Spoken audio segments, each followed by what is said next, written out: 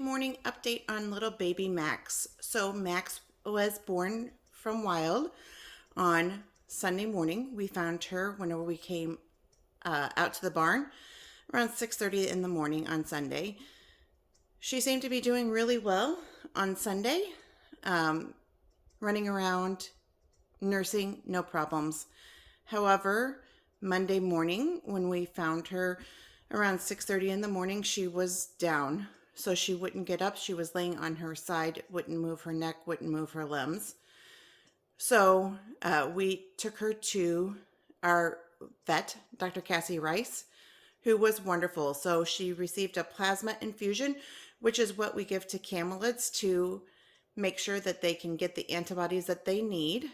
And then she also received some antibiotics because by this point there was certainty that she was septic, meaning had massive infection throughout her entire body. Yesterday was very touch and go. Uh, Max is extremely weak. She cannot hold up her head.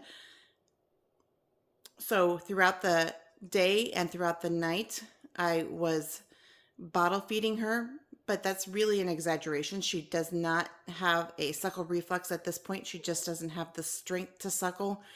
So I was syringe feeding her, which is very dangerous in the fact that it can cause some of the fluid to go to her lungs. But I would just give her about 2 cc's, which is a tiny, tiny amount. Uh, Massage her neck, wait for her to swallow, and then give her a little bit more.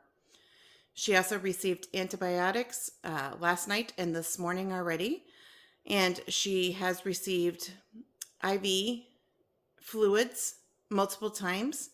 So that's what's in her neck is a little IV.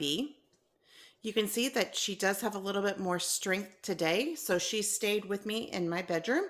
I have an adjustable bed. You can see that the bed is tilted up this way. It's really important that we just keep her head up. But her ears are up, so she's doing this by her own. She is moving, which is a great improvement. Today, I think we're going to go back to Dr. Cassie and get an NG tube, which is a little tube that will go from her nose into her stomach, and that's how she'll get her nutrition. Right now, she's weak, I think, at least in part because she hasn't received enough nutrition so that she can keep her strength up. But she is definitely more alert today. She's breathing really fast, so she should be breathing between around 25 respirations per minute. And if you watch her little chest, it's right now above 60. That just means that she is in some distress, but she's comfortable. We are, like I said, going to put a tube into her nose, get her some nutrition.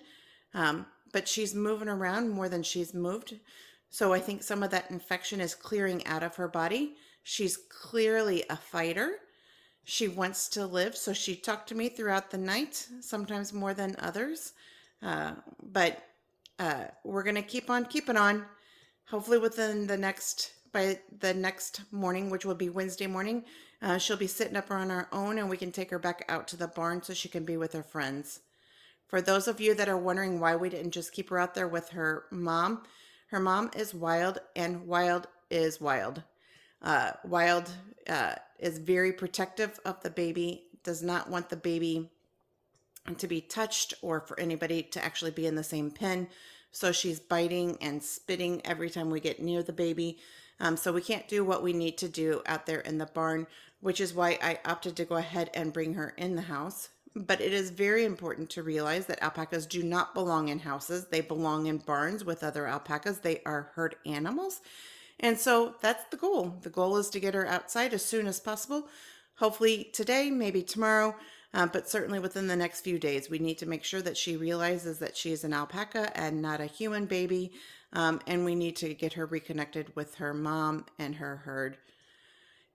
So, not out of the woods yet, but we're certainly looking better today than we were yesterday. Continue to send all those healing thoughts, positive energy, thoughts of prayers, anything you can do to keep Max in and surround her with love as we continue to fight together.